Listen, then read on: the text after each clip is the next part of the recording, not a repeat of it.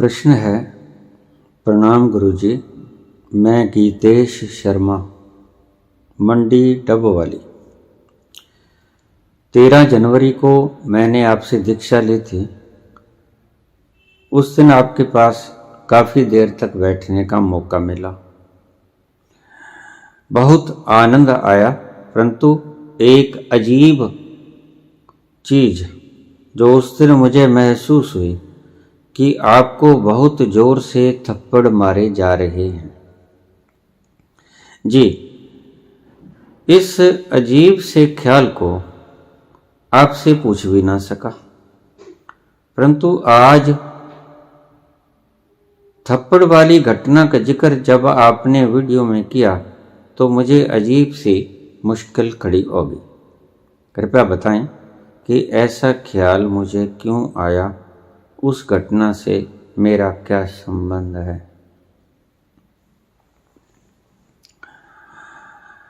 पहली बात, सारा यूनिवर्स भीतर से एक है। अलगाव हमारी शैतानी खोपड़ियां करती हैं।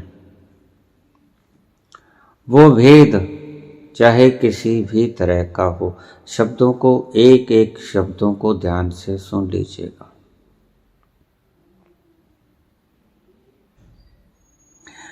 भेद शैतानी बुद्धि पैदा करती है। जैसे हमारा सारा शरीर एक है, लेकिन अगर हाथ में, उंगली में कहीं भी दर्द है तो सारा शरीर बेचैन हो जाता है। जिस दिन सारा विश्व सुखी हो जाएगा, उस दिन जो बहार इस प्लेनेट पर होगी वो तुम्हारी सदियों तक की पीढ़ियों ने कभी नहीं मानी होगी, क्योंकि सारा यूनिवर्स एक है, ये एक शरीर है। कहीं कोई चोट ना पहुंचेगी, कहीं कोई मुर्गा ना कटेगा, कहीं कोई गाय ना कटेगी, कहीं कोई दर्द ना होगा, कहीं कोई दरख्त ना कटेगा, कहीं कोई चीखों पुकार की घटना ना होगी, कहीं कोई दर्द से कराहेगा नहीं,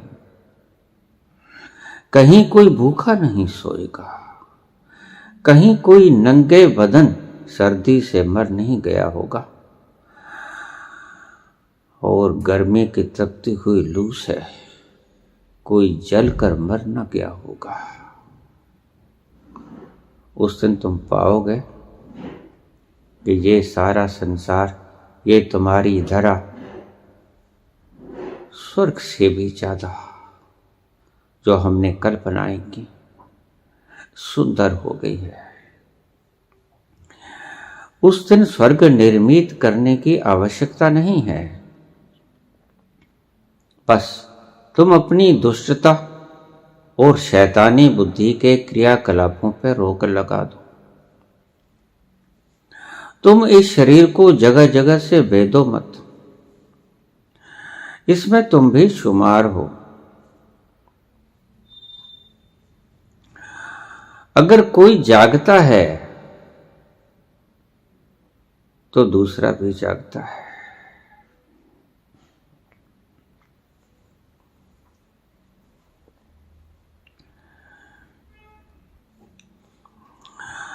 आज मिलने की खुशी में सिर्फ मैं जागा नहीं,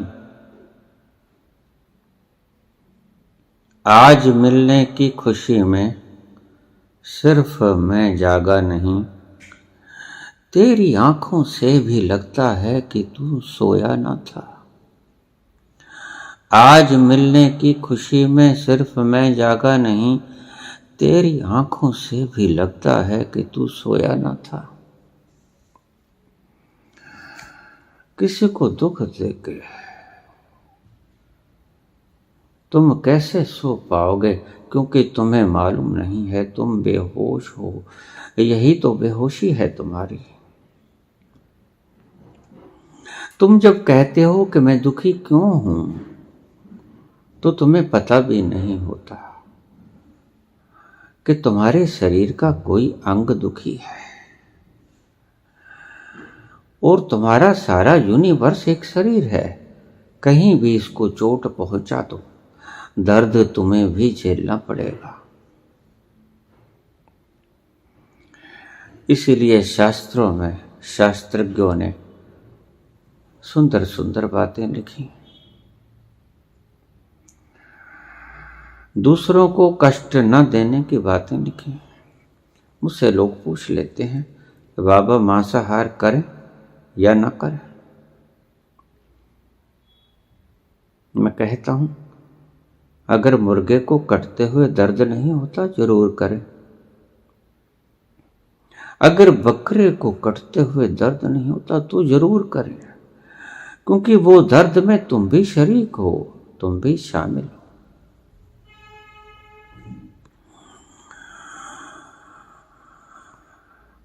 फिर जब तुम मुर्गा काट के सोओगे, तुम्हें भी जागना पड़ेगा। तुम्हें भी कोई बहाना जागने को मिल जाएगा। तुम्हें ये नहीं पता कि ये कर्म तुम्हारा ही है। सोए हुए थे चैन से ओढ़े हुए कफन, यहां भी सताने आ गए। किसने पता बता दिया? लेकिन प्रकृति को तुम्हारा पता पूछने की आवश्यकता नहीं होती, प्रकृति को पता होता है। मैं एक बात सुना रहा था, उस दिन आधी रह गई। समय अभाव के कारण, बसंत पंचमी के कारण हमारे एक चीफ मिनिस्टर का कत्ल कर दिया गया था, और जिसने वो कत्ल किया वो पकड़ा ना गया। 25 वर्ष के बाद वह व्यक्ति सड़कों पर कह रहा था, मैंने कत्ल किया है, मुझे पकड़ लो, मेरे ऊपर मुकदमा चलाओ, मुझे सजा दो। वो इतना थक गया था, जुदास की तरह जब बैठता उसको याद आ जाता कि मैंने कत्ल किया है,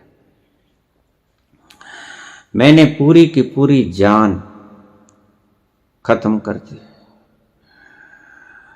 और एक दिन जैसे जुदास मर गया अपने हाथों पर ईसा मसीह के खून के धब्बे देखकर, ऐसे ही वह व्यक्ति पागल होकर चिल्लाता रहा सड़कों पे कि मुझे पकड़ लो, मैंने कत्ल किया है। लेकिन उसको पकड़ा नहीं गया, क्योंकि सबूत। न्याय कहता है, न्याय प्रणाली कहती है कि सबूत। भला जिसने पाप किया वो खुद ही तो सबूत है। वो जब कहता है कि कत्ल मैंने किया, इससे ज्यादा सबूत और क्या होगा? और अगर तुम सबूत जुटा भी लोगे तो जब वो सबूतों को मानेगा कि ठीक है ये सबूत मैंने कत्ल किया है, फिर भी तो उसके मंजूर करने ही से तो आप सजा दोगे।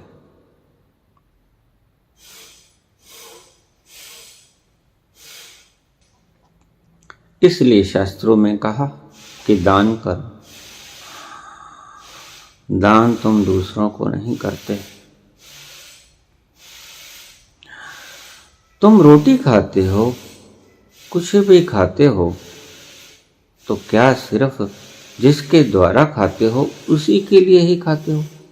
मुख के द्वारा खाते हो तो क्या मुख के लिए ही खाते हो? नहीं, तुम समस्त शरीर के लिए खाते हो, क्योंकि वो भोजन आपके इंटेस्टाइन्स में जाकर पचेगा, मेटाबोलाइज, कैटाबोलाइज, एनाबोलाइज, ये सारी घटनाएं घटेंगी और उसके बाद आपको शक्ति देगा।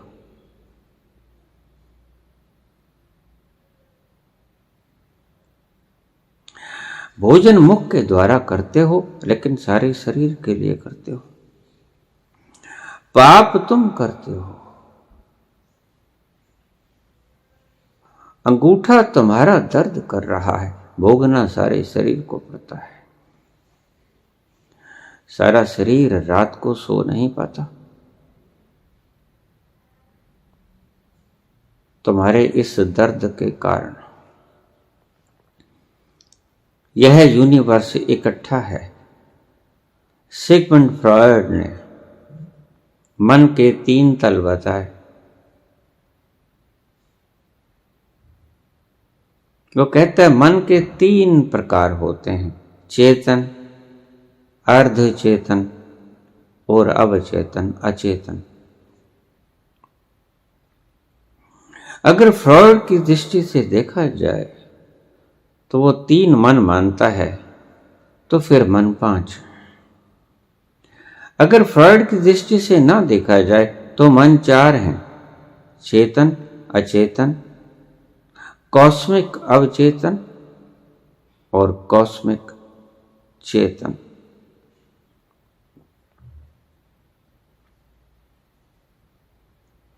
फ्रॉयड की दृष्टि से देखा जाए तो 5, चेतन, अर्ध चेतन, वो तो चेतन और अचेतन के बीच की अवस्था है।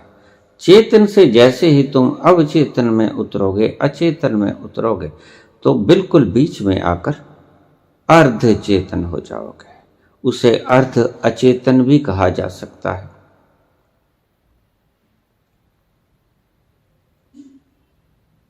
जैसे गिलास आधा भरा हो तो तुम 2 बातों से उसे डिस्क्राइब कर सकते हो। तुम कह सकते हो कि आधा भरा है और ऐसे भी कह सकते हो कि आधा खाली है। तो सिगमंड फ्रॉयड कहता है कि 3 तरह के मन होते हैं, तो फिर 5 तरह के मन होते हैं। अगर ऋषि की दृष्टि से देखा जाए तो मन 5 तरह के होते हैं, चेतन, अर्ध चेतन, अचेतन, सामूहिक अचेतन और सामूहिक चेतन, कॉस्मिक कॉन्शियसनेस, कॉस्मिक जागृति। वो मन नहीं है, लेकिन हम उसको चलो मन कह देते हैं।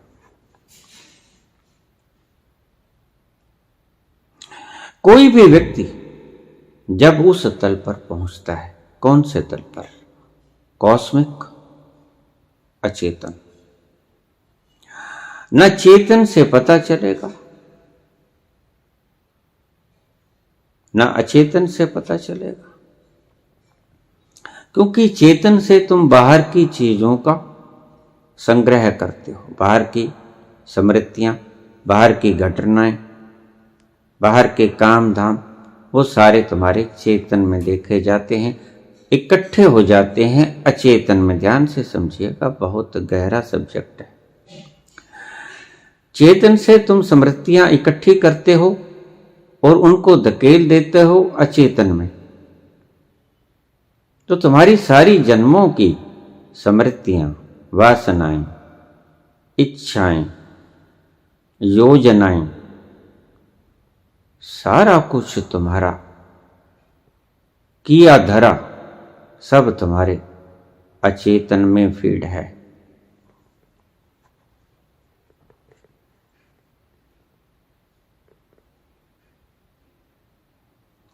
उसके नीचे तीसरा मन आता है कॉस्मिक, सामूहिक, जो मैंने कहा कि यूनिवर्स एक शरीर है और तुम उसमें शुमार हो।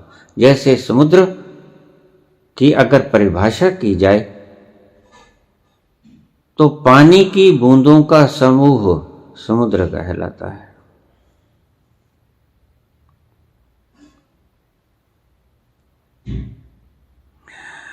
चेतन अचेतनता का समूह, चेतन अचेतन,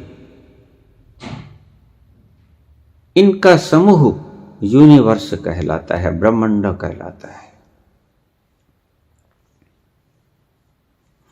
पानी की बूंदों का समूह, कोलेक्टिविटी ऑफ वाटर ड्रॉप्स, समुद्र कहलाता है, इज कॉल्ड ओशन।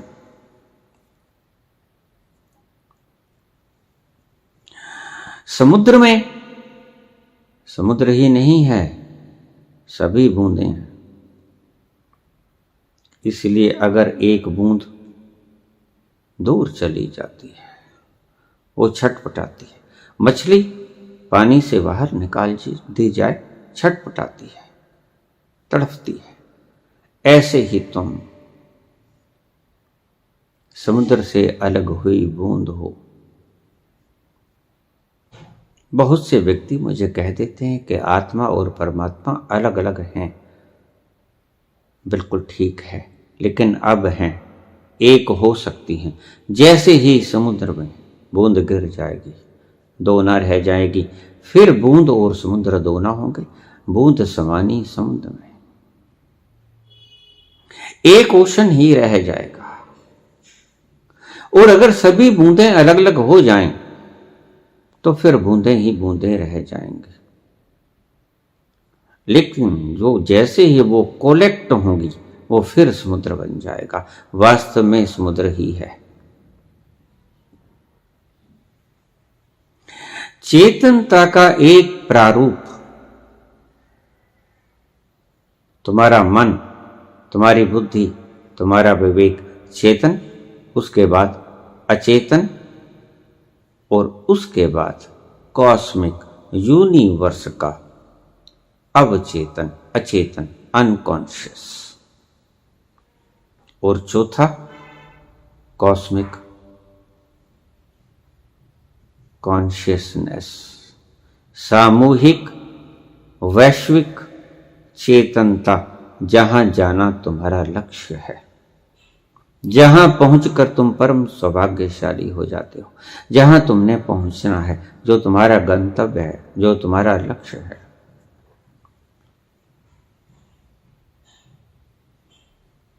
जैसे ही तुम पिछले जन्मों के कारण, पिछले जन्मों के किसी अभ्यास के कारण उस तल पर पहुंचते हो जिसे हम कॉस्मिक अनकॉन्शियस कहते हैं, तो वो एक ऐसी जगह है जहां पर जाकर तुम किसी भी व्यक्ति के, यूनिवर्स के किसी भी व्यक्ति के पूर्व या भविष्य की आने वाली घटनाओं को देख सकते हो। ऋषियों ने इसी तल पर जाकर देखा तो पाया कि सभी कुछ पूर्व निर्धारित है। All the events are predetermined। सभी घटनाएं पूर्व निश्चित हैं, पूर्व अनुमानित नहीं, पूर्व निश्चित हैं, होनी ही होनी है। फर्क क्या पड़ता है? घटनाएं तो होनी ही होनी है, लेकिन उनको तुम किस तरह देखते हो वो तुम्हारे पे डिपेंड है। अगर उन घटनाओं को तुम स्वयं द्वारा किए गए कर्मों का परिणाम देखते हो तो तुम कर्ता हुए, और फिर तुम दुखी होगे। अगर तुम कहोगे कि मेरे ही कर्मों का फल है तो तुम दुखी होगे। तुम कर्ता बन गए, तो कर्ता तो भोक्ता भी होता है, कर्ता ही भोक्ता होता है। जिसने किया उसी को भोगना पड़ता है। फर्क तुम्हें पड़ेगा, ईश्वर को इसमें कोई फर्क नहीं पड़ता। ईश्वर अपना खेल खेल रहा है।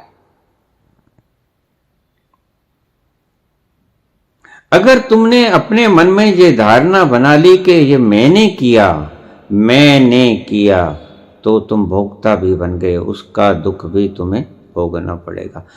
अगर तुमने पुण्य किया तो उसका सुख भी तुम्हें भोगना पड़ेगा। सुख और दुख तुम्हारे कर्मों का परिणाम नहीं है। ध्यान से समझना। अब इस डेफिनेशन को ध्यान से समझना। सुख और दुख तुम्हारे कर्मों का परिणाम नहीं है।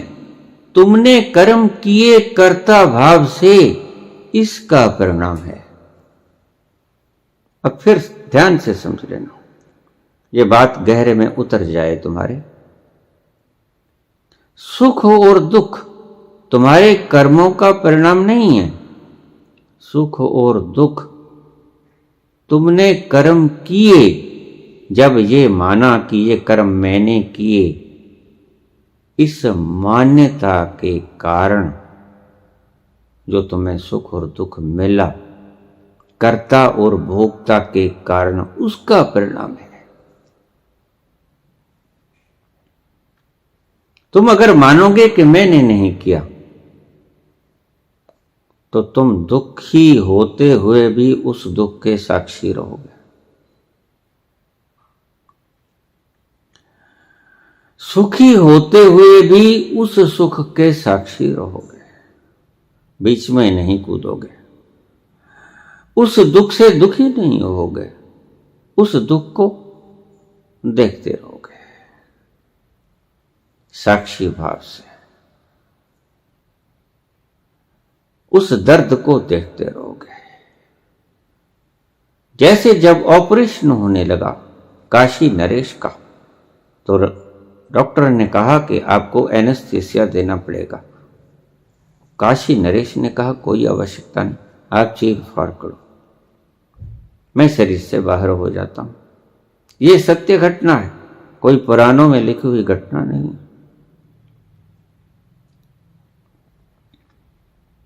डॉक्टरों ने ऑपरेशन शुरू किया, वो छलांग लगा गया।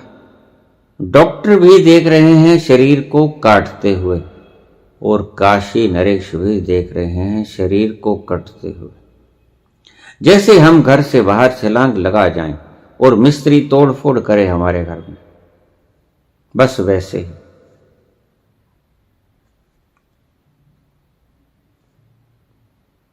और अगर तुमने समझ लिया हो कि यह मकान हमारा है, मैं हूं मकान।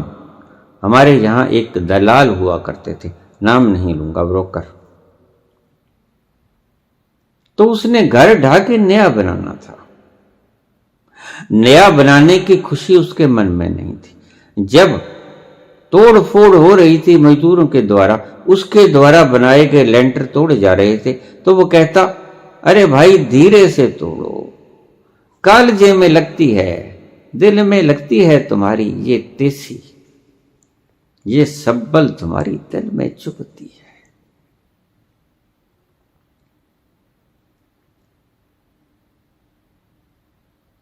उसने बनाया था वो मकान, वो था।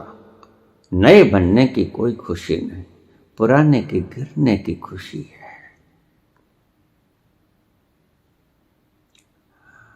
काशी नरेश अगर मर जाता है ओवर ब्लीडिंग के कारण, उसे कोई कष्ट नहीं होगा। वो नया शरीर, वो नया घर ले लेगा, उसे पता है। लेकिन तुम्हें पता नहीं है। तुम रोओगे, चिल्लाओगे, तुम रोओगे कि यहां दर्द हो रहा है, यहां सब्बल लग गई, यहां कस्सी लग गई, यहां तेसी लग गई।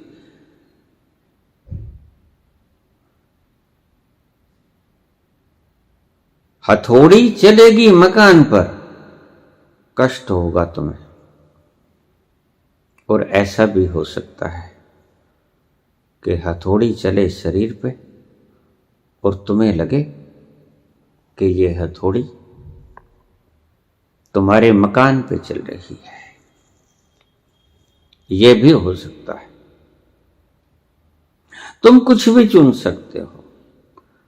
जब तुम चुनते हो कि ये कर्म मैंने किया, तो फिर उस कर्म का सुख या दुख भी तुम्हें ही भोगना पड़ेगा। ऐसा नहीं है कि कर्म तुमने किया, कर्म तो उसने पूर्व निर्धारित किया ही हुआ है, वो होगा ही होगा। लेकिन तुम्हारी मान्यता के कारण तुम्हें कष्ट, सुख या दुख भोगना पड़ेगा।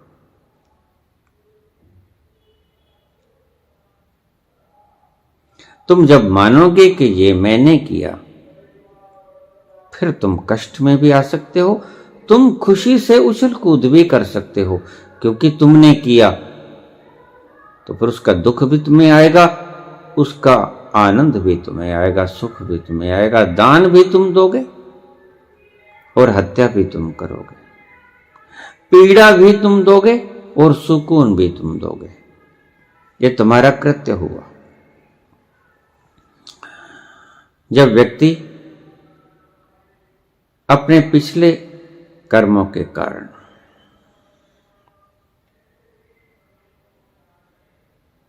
उस तल पर पहुंच जाता है, अकस्मात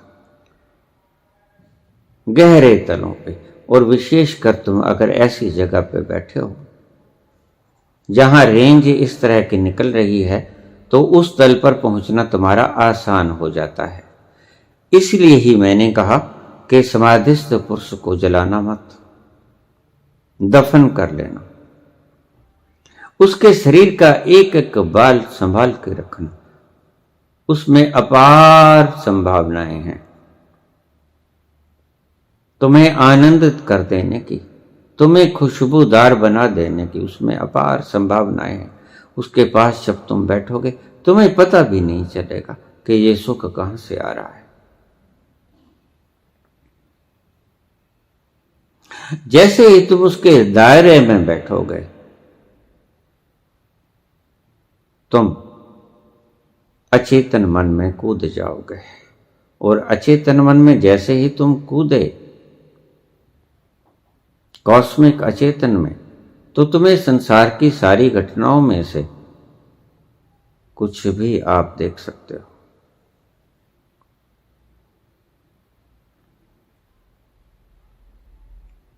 बस फर्क ये पड़ता है कि अगर बूढ़ी आंखों से देखा जाए तो 10 फीट पे देखेगा, जवान आंखों से देखा जाए तो 1 मील से भी देखा जा सकता है, और अगर दूरबीन से देखा जाए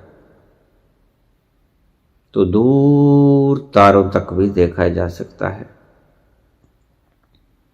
तुम कहां से देखते हो? चेतन से देखते हो, अचेतन से देखते हो, कॉस्मिक अचेतन से देखते हो, या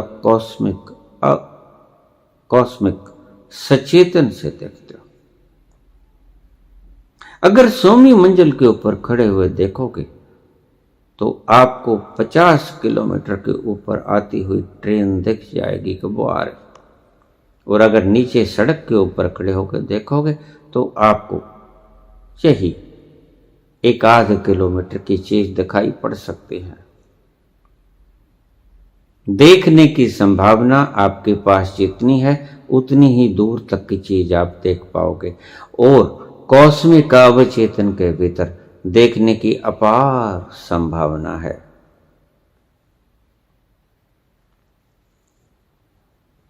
सो अगर तुम्हें उस दिन वो दृश्य दिखा कि कोई व्यक्ति जोर जोर से मुझे थप्पड़ मार रहा है, तो ठीक दिखा। बहुत पहले की घटना है, करीब आज से 20 साल पहले की। एक व्यक्ति मेरे पास नशा छोड़ने आया था और बहुत ज्यादा मात्रा में अफीम खाता था कि बाबा अपनी रेंज गिरा के मुझे नशा मुक्त कर दो। मैंने वो प्रक्रिया उसके ऊपर शुरू कर दी और वो छोड़ भी गया, लेकिन एक दिन न जाने क्यों घरों के अंदर अच्छी बुरी बातें होती ही रहती हैं।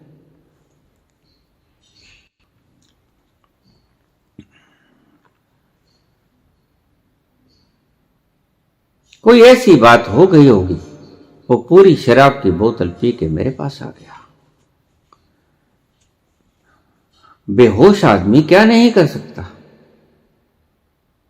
उसने मेरे एक और शिष्य का गला घोंट दिया गर्दन से पकड़ के, और मैंने देखा कि उसका मुख बिल्कुल लाल, उसके मुख से जैसे खून बह रहा। मैंने उसको फटकार लगाई ऊंचे से कि छोड़ दो इसको। वो डर गया, उसने छोड़ दिया, और वह मेरा दूसरा शिष्य ऐसा भागा जैसे गधे के सिर से सींग, भाग गया। लेकिन वो तो बेहोश था। वो मेरे पास आ गया, शराब पिए था, अच्छा कद का ठीका था, हाथ मेरे से ज्यादा मजबूत थे। मुझे अपेक्षा भी ना थी कि ये ऐसा करेगा। उसने जोर से एक झन्नाटेदार थप्पड़ मेरे मुंह के ऊपर मारा। अभी भी जीवित हैं वो दोनों लोग। मैंने कोई रिएक्शन ना की, मैंने दूसरा आगे नहीं किया, मैंने कोई व्हाइट बॉल नहीं फेंकी और मैंने कोई ईसा मसीह की नकल नहीं की कि मैंने दूसरा आगे कर दिया। मैंने एक मार दिया उसने, मैंने एक खा लिया। उसने दूसरे हाथ से दूसरे थप्पड़ मार दिया दूसरी तरफ।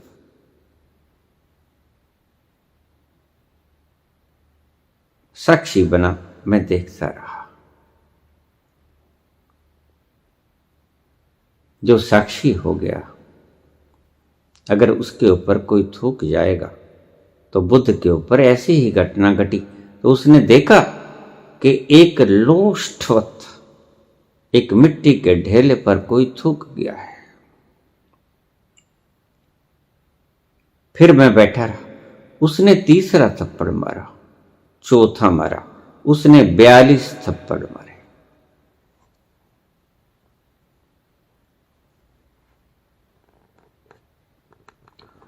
और नशे के अंदर मैं कहता हूं कि मूर्छित अवस्था में पाप ज्यादा होता है, घनीभूत होता है,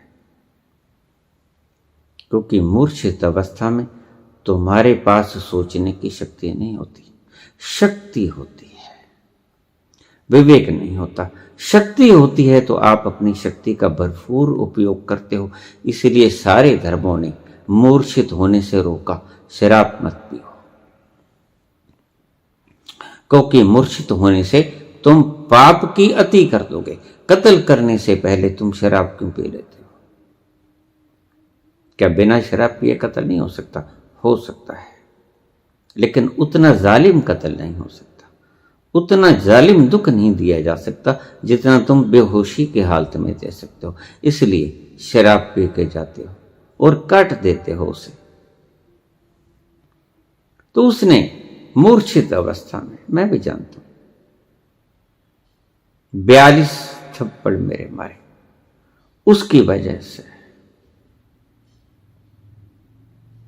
मेरे दोनों कानों से कभी कभी खून निकलना शुरू हो जाता है, कभी कभी मुझे सुनाई पड़ना बंद हो जाता है, कभी कभी मुझे बिल्कुल ही नहीं सुनता।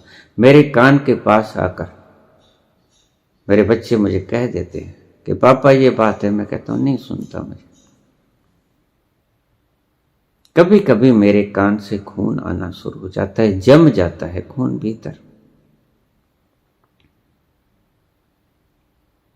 मैंने कभी डॉक्टर को नहीं दिखाया कि क्या बात है, कहां जख्म हुआ है। मैंने कभी MRI वगैरह नहीं करवाई,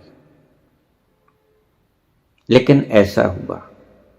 जैसे ही थोड़ी सी पुरवा चलनी शुरू हो जाती है तो मेरे दर्द शुरू हो जाता है कान में, और अक्सर मुझे लिग्नोकेन हाइड्रोक्लोराइड का इस्तेमाल करना पड़ता है उस दर्द को रोकने के लिए।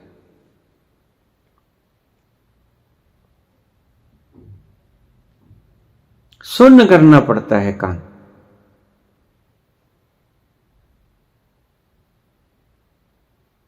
ये उस महान पुरुष की बदौलत। मैंने उसको कुछ नहीं कहा। अगले दिन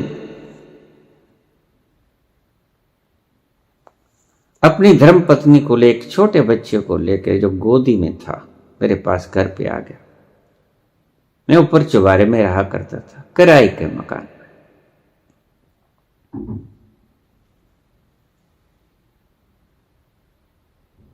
उसकी धर्म पत्नी ने बच्चा मेरे पांव में रख दिया। मैंने कहा किस लिए? इसका क्या कसूर है? कहता आप क्षमा कर दो, मेरे से जो हुआ मूर्छित अवस्था में हुआ, मेरा कोई कसूर नहीं। मैंने कहा तुम्हारा कोई कसूर नहीं, तो ये बताओ कि शराब की बोतल उड़ के तुम्हारे मुंह को लगी, या तुमने अपनी इच्छा से शराब की बोतल उंडेली अपने भीतर। पैग तुमने भरा कि पैग बोतल ने भरा? पैग उड़ के तुम्हारे मुख पे गया कि तुमने अपने हाथ से वो पैग उठा के भीतर अपने गटक गए? ये बहाने होते हैं। पीने को पीने का बहाना चाहिए, पीने वाले को। आज मौसम खराब है, आज तबीयत खराब है, पीने वाले को पीने का बहाना चाहिए। मैं कुछ नहीं बोला, मैंने कहा वो वक्त गया। ये कर्म तुम्हारे अंतस के सुपर कंप्यूटर में फीड हो गया। अब इसकी सारी प्रक्रिया मेरे हाथ से निकल चुकी। ये सारी आपकी हरकत आपके ही भीतर कंप्यूटर में फीड कर दी प्रकृति ने तत्क्षण। इससे मेरे से कोई लागत देगा ना रहा। आपने जो कर्म किया, आपके ही भीतर आपके कर्मों का सुपर सेंसिटिव कंप्यूटर जो ईश्वर ने प्रदत्त किया है आपको, उसके भीतर फीड हो गया। मैं इसको निकालूं कैसे? आप क्षमा कर दो। मैंने कहा मैंने आपको कब दंड दिया? कुछ कहा हो बताओ? नहीं, तो फिर क्षमा क्या कर दो? आपके भीतर जो फीडिंग हो चुकी उसको मैं डिलीट नहीं कर सकता। क्षमा कीजिए, कर्म आपने किया, मेरे पास डिलीट करने का कोई प्रोसेस नहीं, ये आपको भुगतना पड़ेगा। मैंने आपको कुछ कहा तो बताओ? कहते आपने तो कुछ नहीं कहा, आपने तो कुछ भी नहीं कहा। तो जब किया तुमने फीडिंग तुम्हारे भीतर, मेरे पास डिलीट करने का कोई प्रोसेस ही नहीं, किसी के पास डिलीट करने का कोई प्रोसेस नहीं। इसलिए मैं कहता हूं कि कभी किसी से क्षमा मत मांगना, क्योंकि क्षमा मांगने का अर्थ मूर्खता के सिवा और कुछ नहीं। जब तुमने कर्म कर दिया, दूसरा क्षमा कर ही नहीं सकता, क्योंकि दूसरा न्यायकारी नहीं है। न्यायकारी है प्रकृति, और उसने अपने सुपर कंप्यूटर में फीड कर लिया। अब दूसरा उसको डिलीट करे तो कैसे करे?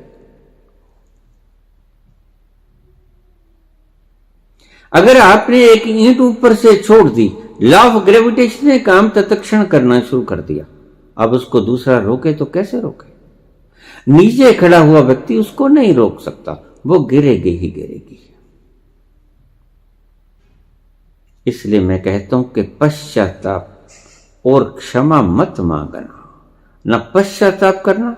आपके पश्चाताप करने से आप व्यर्थ में ही दुखी होगे, क्योंकि जो घटना घट गई वो फीड हो गई, वो बीज बोया गया, समय के ऊपर वो उग जाएगा और फल देगा, और फल देगा तो आपको वो फल भोगना पड़ेगा। इसमें आप चाहे प्रयासित कर लो तो वो अपने आप को दुखी करने से अलावा और कुछ नहीं।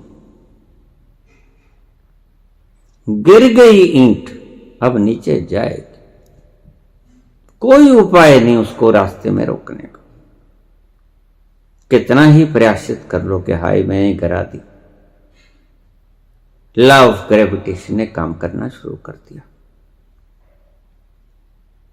मैंने कोई व्हाइट बॉल न फेंकी,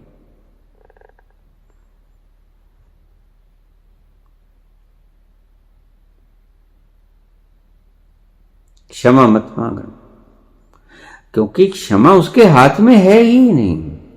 जो समझदार हैं, जो जानते हैं, तभी कहा कबीर ने सबे सियाने एक मत। मूर्ख अपनो अपनी, ये मूर्खों के सिद्धांत है कि क्षमा मांग लो, क्षमा कर दो, प्रयासित कर लो, गायत्री कर लो। कुछ नहीं होगा तुम्हारी गायत्रियों से।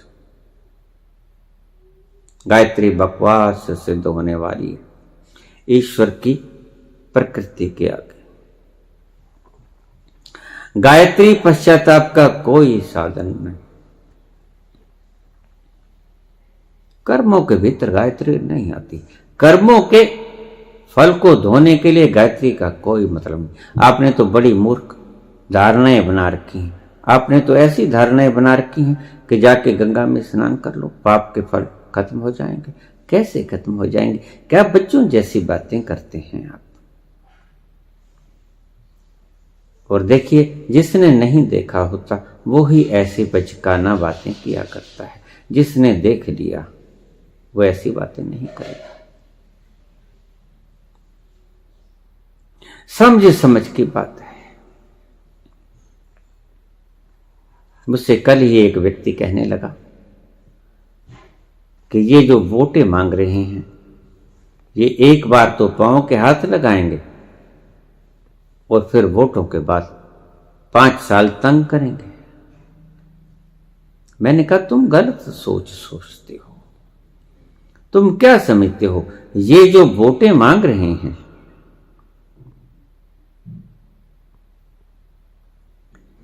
ये सुख लेने के लिए बांट रहे हैं? नहीं, ये इनको सुख मिला नहीं, सुख की कमी है। अगर इनको सुख मिल गया होता, अब एक 2 बार का प्राइम मिनिस्टर आज भी वोटें मांग रहा है, 3री बार, फिर 4थी बार भी मांगेगा, 5वीं बार भी मांगेगा। जब तक लटक ना जाएगा कब्र में तब तक वोटें मांगता ही रहेगा।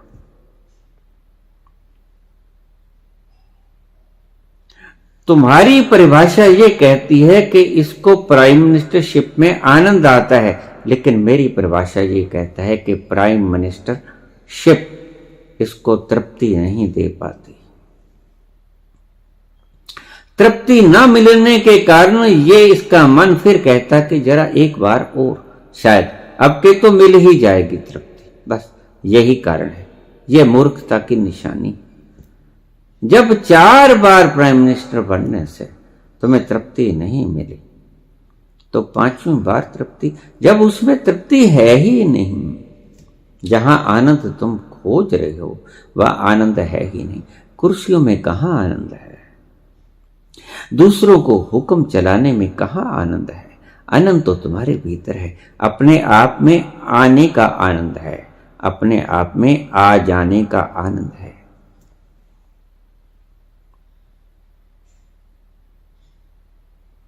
मैं अपने आप में रहता हमेशा, अकेला हूं मगर तन्हा नहीं।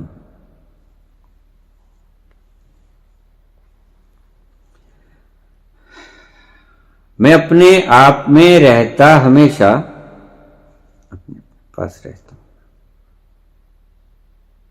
अपनी यथास्थिति में रहता हूं, स्थिति प्रज्ञता में रहता हूं। अकेला हूं मगर तन्हा नहीं। उस अकेलेपन से, लोनलीनेस से मैं दुखी नहीं हूं। अकेला हूं आनंद में, स्वर्ग में। मैं अपने साथ रहता हूं हमेशा, अकेला हूं मगर तन्हा नहीं हूं। बाहर कुर्सियों में आनंद होता तो ये दूसरी बार कुर्सियों में आनंद न ढूंढते। देखिए, अगर कोई मंगता रोटी मांगेगा तो उससे आप ये संदेश लोगे,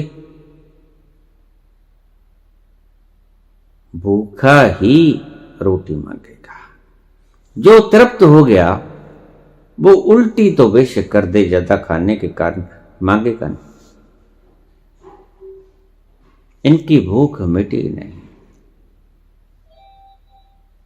इसीलिए ये और मांग रहे हैं। इनका मंग इनको तंग करता है कि शायद वो एस्टिमेट्स लगाता है कि शायद अगली बार आनंद मिल जाए। 4 बार में तो नहीं मिला, अब की बार आनंद मिल जाएगा। ऐसा ही तुम्हारा मन तुम्हें सारी उम्र ठगता रहता है।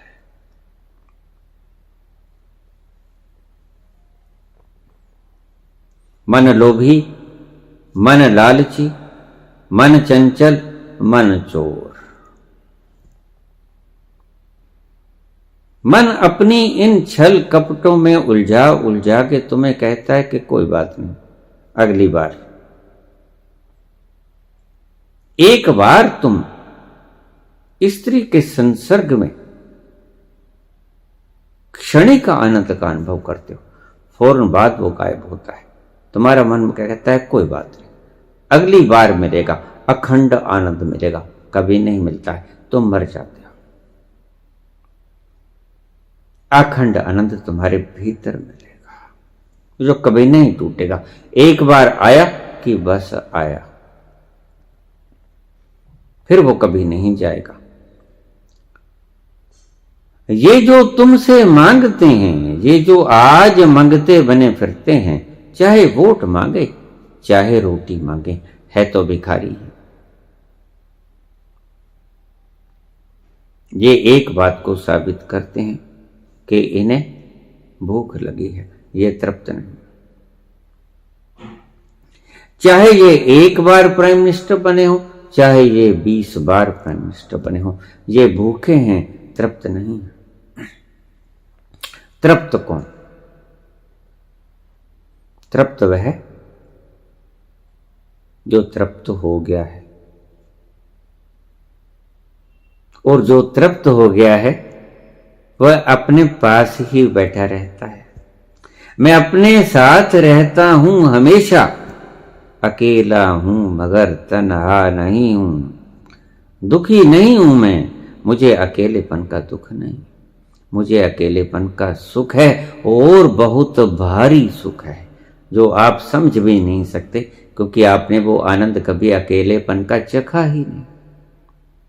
मेरे पास रोज प्रश्न आ जाते हैं कि बाबा मैं अकेला होना मन करता है, अकेला हो जाऊं। बड़ा शुभ भीतर का ये तुम्हारा सोचन है, आप अकेले हो जाओ। अगर तुम्हारा मन अकेला होना करता है, अकेले हो जाओ। ये एक फॉर्मूला है परमात्मा तक पहुंचने का, क्योंकि तुम अकेले ही जाओगे भीतर, दूसरा कोई नहीं जाएगा।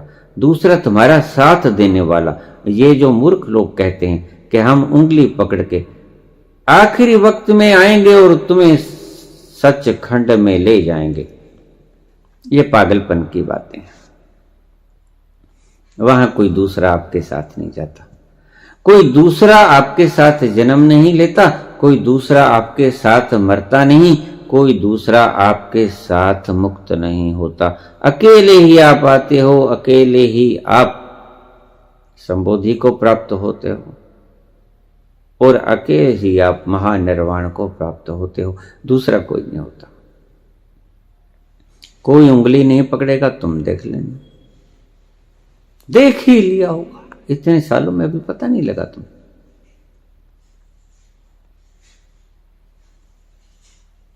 अपने विषय पे आ जाएं। कॉस्मिक अनकॉन्शियसनेस में जब कोई व्यक्ति आ जाता है तो उसे पिछली सारी घटनाओं का और अगली होने वाली सभी घटनाओं का अवलोकन हो जाता है।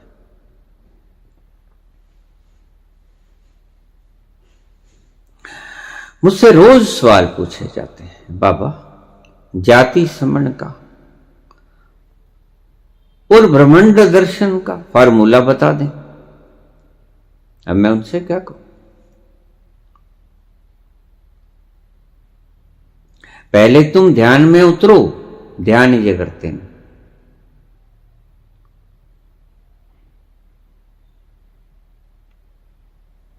देखिए मैं तुम्हें आज जाति समण का और ब्रह्मांड में सैर करने का ढंग बताता हूं।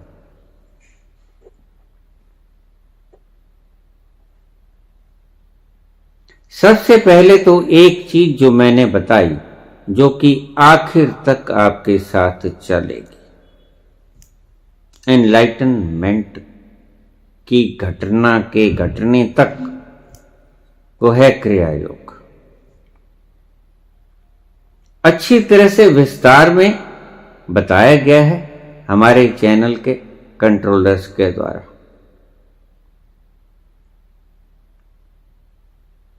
नाक से श्वास लेना है, पूरा फेफड़ा भरना है, मुंह से श्वास छोड़ना है। एकदम से जोर लगा के श्वास को ना छोड़ो, कई बार पेट में दर्द हो जाता है। आराम से श्वास छोड़ो, आराम से ले लो, क्या फर्क पड़ता है। ये कोई हमने घोल नहीं करना है, युद्ध नहीं लड़ना है किसी से, कोई कुश्ती नहीं हो रही है। श्वास आराम से ले लो लेकिन पूरा श्वास ले लो, श्वास आराम से छोड़ दो लेकिन पूरा श्वास छोड़ दो। बात पूरे श्वास लेने की जो थीम है वो पूरा श्वास लेना है और पूरा श्वास छोड़ना है। इसमें कुश्ती मशक्कत नहीं करनी है। आराम से श्वास पूरा भर लो, जितना भरा जा सकता है। आराम से श्वास पूरा छोड़ दो, जितना छोड़ा जा सकता है। उसमें कोई किसी तरह की मशक्कत करने की आवश्यकता नहीं है। ये सहज घटना है। सोए पड़े भी आप श्वास लेते छोड़ते रहते हो। ये बात अलग है कि श्वास थोड़ी आती है, जितनी आवश्यकता होती है। सबसे पहले क्रिया योग, उसके बाद आराम से बैठ जाओ। जप तप पाठ पूजा वंदना अरदास प्रार्थना कुछ नहीं करना है, कुछ नहीं करना है। जो होता है होने देना है। दो बातों को समझ लेना। मन में विचार आएंगे, अच्छे भी आएंगे बुरे भी आएंगे, योजनाएं आएंगी, फिक्र भी आएंगे। दुकान पे ग्राहक ना आ गया, वो फला बीमार था, ज्यादा बीमार ना हो गया हो। विचार हैं, ये सिर्फ विचार है। आने दो, जाने। जैसे आसमान पे बादल आए चले जाएंगे। हवा आएगी उन्हें उड़ा के ले जाएगी। कितनी देर रुकेंगे? रुकते हैं, रुक जाने दो, क्योंकि बादल तुम नहीं हो, विचार तुम नहीं हो। विचार आते हैं, तुम देख रहे हो, चले जाएंगे तो भी तुम देख रहे हो। तुम खाली शून्य मन को भी देखोगे, तुम भरे हुए मन को भी देखोगे। तुम साक्षी हो, साक्षी ही रह लो, साक्षी तुम्हें ठहरो। आते जाते इस ट्रैफिक को देखते रहो। ये एक ट्रैफिक है, तुम्हारे मन के भीतर ट्रैफिक चल रहा है। कोई किधर से आ रहा है, कोई किसी दिशा से, कोई किसी दिशा से। चहुं दिशाओं से लोग आ रहे हैं, जा रहे हैं।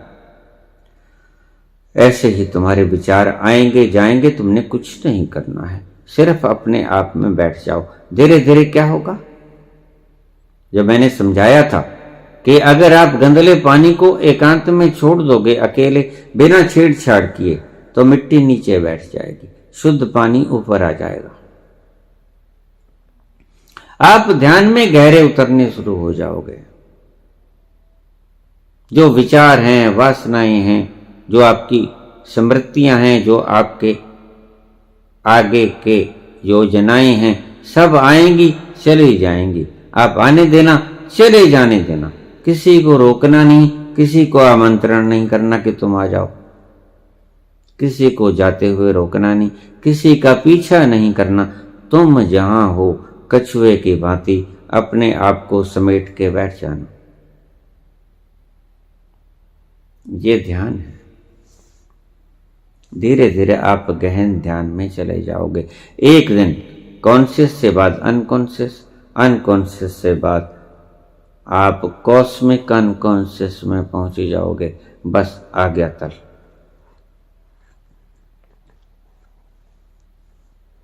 ये अनकॉन्शियस में पहुंचना, इसे तीसरे नेत्र पे पहुंचना कह लो। इसको उस जगह पहुंचना कह लो जहां आप सब कुछ देख सकते हो।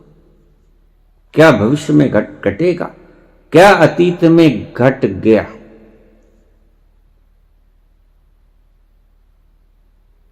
वहां से सब कुछ देखा जा सकता है। ये वो तल है। लेकिन ध्यान रखना, जितनी आसानी सहजता से मैं बोल दिए हैं, इतनी आसानी सहजता से ये तुम्हारे भीतर नहीं घटेगा।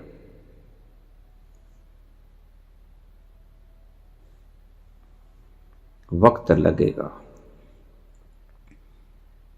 क्रिया योग नहीं छोड़ना है।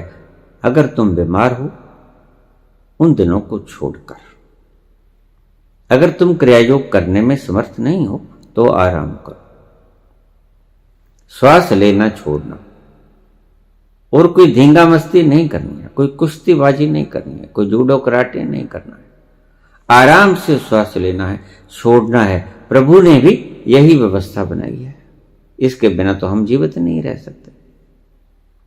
कोरोना में कितने लोग मर गए बिना श्वास लिए और छोड़े।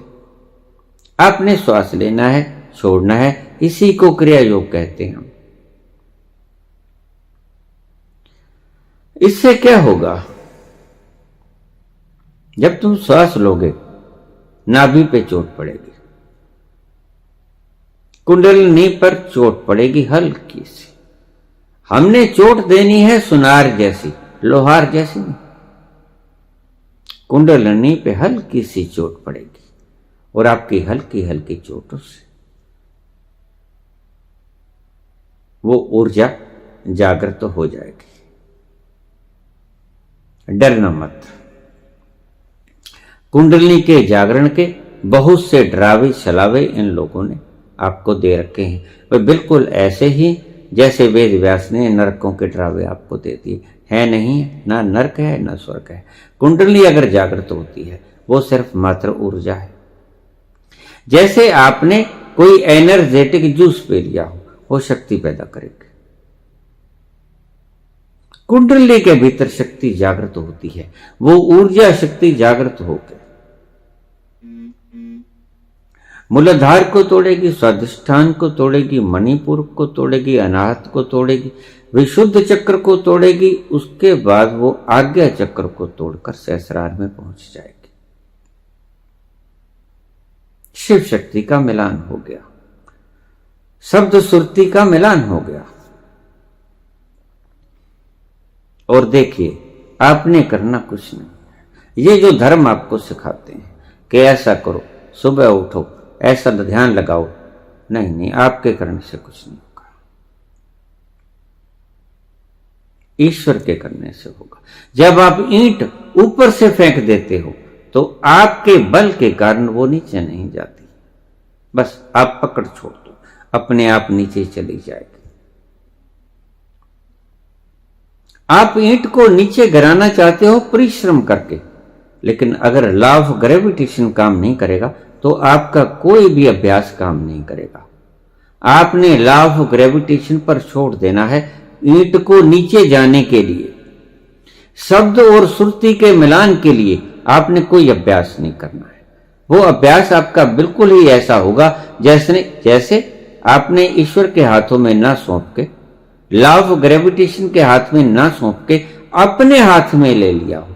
तुम कुछ नहीं कर सकते, तुम्हारे पास इतनी शक्ति नहीं।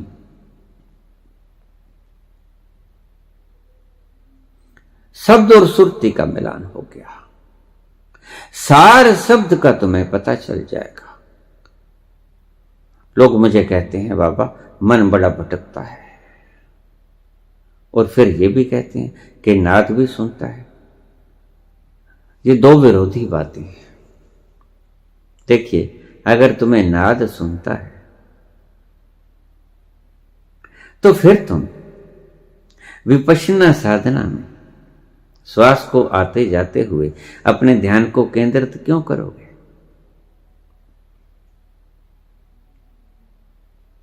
जो नाद हो रहा है तुम्हारे सहस्रार में, नाद गूंज रहा है तुम्हारे कानों में, वो ही तुम्हें अपनी ओर खींच लेगा। तुम्हारी सुरती को, तुम्हारे भीतर बजने वाला नाद अगर खींच ना ले तो फिर ये कोई नाद ना हुआ। हमेशा ही ये अनहद नाद तुम्हारी सुरती को अपने तरफ खींचेगा। जैसे धरती का फोर्स ऑफ ग्रेविटेशन तुम्हारी गिराई हुई वस्तु को खींच लेता है, ये नाद जो प्रकट होता है इसे शुभ लक्षण है। आपकी मेहनत से पैदा नहीं हुआ, ईश्वर ने पैदा किया। ये जो नाद हो रहा है इसको सुनना है, श्वास के ऊपर ध्यान नहीं देना है। आनापानसति योग या विपश्यना, इनके ऊपर आपने ध्यान कॉन्सेंट्रेट नहीं करना है। जब आपको एक बिंदु मिल गया, एक धुनी मिल गई और बड़ी इजीली आप अपने ध्यान को उसको सुनने में लगा सकते हो एक तरफा, तो आप क्यों श्वास को देखते हो? क्या जरूरत पड़ती है? श्वास तो आती है और जाती है, कुछ समय रुकती है,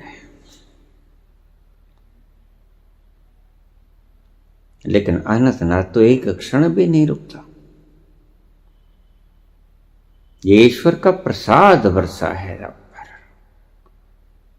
इस प्रसाद को आपने सुनते ही जाना है। कहां मन रहेगा? मन दो काम थोड़े ही कर सकता है।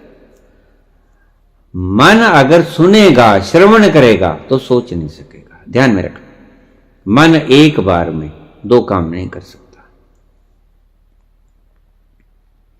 जब आपके भीतर अनहद नाद सुनना शुरू हो गया, और मेरे पास इतने केस आते हैं, ईश्वरीय व्यवस्था ने उन्हें कृपा की है उनके ऊपर।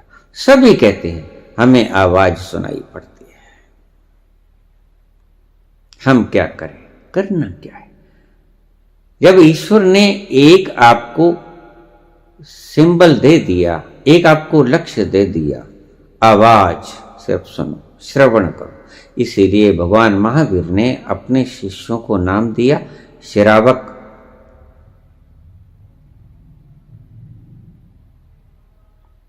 न जप के ऊपर कोई नाम दिया, न सुमरण के ऊपर कोई नाम दिया, सिर्फ श्रवण के ऊपर नाम दिया कि सुनो। श्रावक जो सम्यक श्रवण कर सके। सम्यक श्रवण कैसे होगा? सम्यक श्रवण है जब आपके भीतर ये अनाहत नाद गूंजना शुरू हो गया, तो इसको प्रेम से सुनते रहिए। ये आपके लिए ही बज रहा है। ये संगीत आपको सुनाने के उद्देश्य से ही ईश्वर बजा रहा है। और जैसे क ख ग आपके कायदे में लिखा है, यहां से शुरू करके फिर तुम अपने आप ही अगली क्लासों में चले जाओगे और आप पीएचडी हो जाओगे एक दिन, जब झिंगुर की आवाज से ओंकार की आवाज गूंजेगी। छोटी सी बात को इतना क्यों उलझाए हो? जब मैं आपको बड़ी सरल सी भाषा में समझा देता हूं, आप क्यों उलझते हो? आपको ईश्वर ने राह दिखाना शुरू कर दिया है। जब ईश्वर ने आपको राह दिखाना शुरू कर दिया है, तो आप इधर उधर क्यों धक्के खा रहे हो?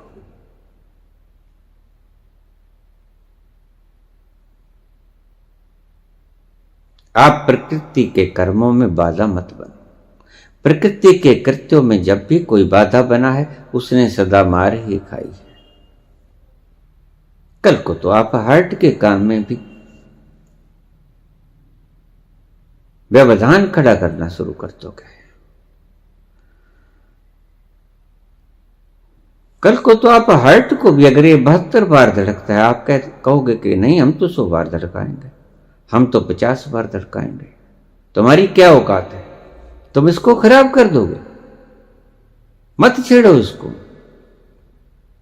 जब तुम्हारे भीतर अनाहत नाद शुरू हो गया है, तुम्हें झिंगुर की आवाज सुनाई पड़नी शुरू हो गई है, तो बस तुम्हारा काम खत्म हुआ। तुम बाकी के लफड़े झगड़े छोड़ दो। ईश्वर तुम्हें यह संदेश दे रहा है कि बस अब मेरे पास पहुंचना कोई ज्यादा दूर नहीं है। तुम्हें एक लक्ष्य दे दिया गया है, तुम्हें एक धागा दे दिया गया है, तुमने उस धागे के सहारे ऊपर चढ़ना है, और जैसे जैसे आप ऊपर जाते जाओगे वो धागा ज्यादा मजबूत होता जाएगा। ऊपर जाकर तो वो लोहे की संगलियां बन जाता है। शुरुआत बड़ी महीन हुआ करती है। ये झिंगुर की महीन सी आवाज आपको पता भी नहीं कि ये आपको सार शब्द तक पहुंचा देगी। ये शब्द और सुरती का मेल करा देगी। ये शिव और शक्ति का मेल करा देगी, आपको पता ही नहीं। ये थोड़े से धागे को, महीन सी धागे को पकड़ लो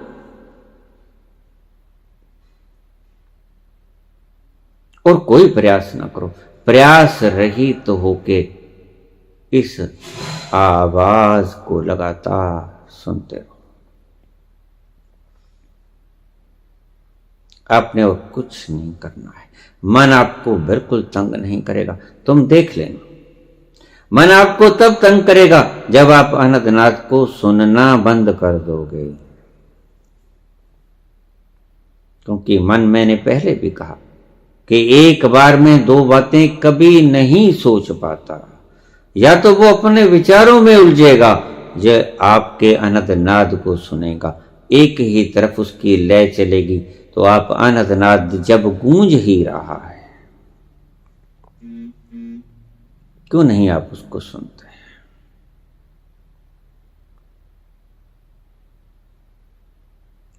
इस नाद को सिर्फ सुनो। जो बातें आपके गुरुओं ने आपको सिखाई हैं कि बहुत मुश्किल है, बहुत मुश्किल है, आपको ऐसा प्रभावित किया गया है साइकोलॉजिकली कि आप सोचते हैं कि ईश्वर को पाना कोई खाला जी का बड़ा थोड़े ही, ईश्वर को पाना बहुत मुश्किल है। नहीं नहीं नहीं, बहुत आसान है, सरलतम से सरलतम। शास्त्र में कहा गया है कि वो दूर से दूर है और वो पास से पास है। उपनिषद में ये वाक्य आता है। इसका क्या अर्थ होगा? वो दूर से दूर है और वो पास से पास है। इसमें एक बात तो स्पष्ट हो गई कि जो दूर से दूर है और पास से पास है वो एक ही चीज है। कहने का मतलब कुछ और था, शब्दों में नहीं आया। यानी वो एक है, जो दूर से दूर है इतना फैलाव है, जो नजदीक से नजदीक है आप खुद ही हो। कोई ज्यादा दिमाग लड़ाने की आवश्यकता नहीं है। वह दूर से दूर है। आप चाहो तो उसे दूर बना सकते हो। ये आज दूर ही तो बना रहे हैं, उल्टे पुल्टे ढंग बना के दूर से दूर किए जा रहे हैं, जबकि ये है पास से पास। तुम खुद ही हो, तुम खुद ही खुदा हो। इसके लिए जब मंसूर कटते हैं वो कहते हैं अनल हक, मैं ही खुदा हूं, अहम ब्रह्मस्मि, मैं ही परमात्मा हूं, तत्वमसि वो मैं हूं, एम आत्मा ब्रह्म, मैं ही, मेरी ही आत्मा ब्रह्म है। मैं भी बूंद हूं सागर का अंश, और सागर भी मैं हूं, मेरा ही रूप। Formulation same, H2O। मैं जब चाहे छलांग लगा दूं, मैं समुद्र ही हूं, थोड़ा परे हट गया हूं, जब चाहूं जा सकता हूं। क्योंकि अगर वो अमृत है, मैं अमृत पुत्र हूं। अगर वो विशाल है तो मैं भी विशाल हो सकता हूं। उसमें कूद कर मैं एकाकार हो सकता हूं।